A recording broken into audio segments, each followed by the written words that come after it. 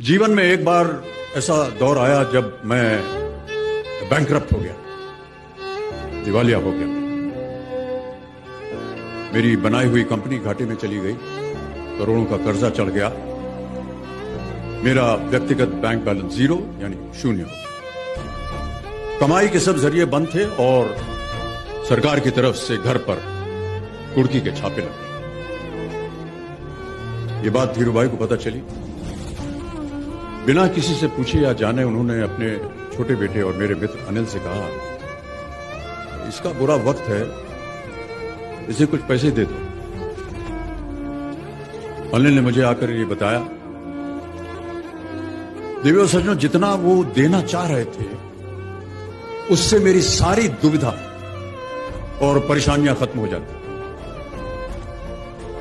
उनकी उदारता पर मैं भावुक हुआ, लेकिन मुझे लगा कि मैं उनकी उदारता को स्वीकार न कर पाऊं। ईश्वर की कृपा रही और कुछ संकट के दिनों के बाद समा बदला, काम मिलना शुरू हुआ और धीरे धीरे मैं अपने सारे कर्जे उतार पाया।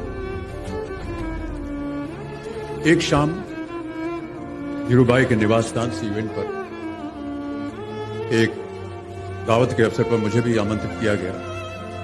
तो ऊपर लॉन में एक तरफ धीरूभाई बड़े से मेज पर अपने कुछ मित्रों, बड़े फाइनेंशियल और कॉर्पोरेट वर्ल्ड के दुनिया के दिग्गजों के साथ बैठे हुए बात कर रहे थे। मुझ पर नजर पड़ी तो मुझे बुलाया और कहा, यहां मेरे साथ बैठो। मुझे बड़ा अजीब लगा। मैंने क्षमा मांगी और कहा, मैं उधर अपने मित्रों के साथ बैठा हूं, वहीं ठीक है। उन्होंने जिद की और बैठा लिया मुझे। फिर अपनी उस दिग्गजों की महफिल में उन्होंने कहा,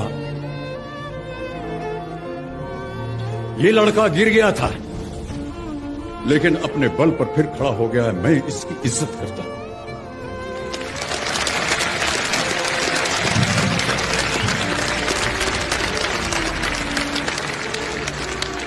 उनका ये व्यवहार और उनके वो शब्द मेरे लिए उस धनराशि से हजारों गुना ज्यादा मूल्यवान थे, जितना कि वे मुझे मेरी संकट से बाहर आने के लिए देने के लिए तैयार थे।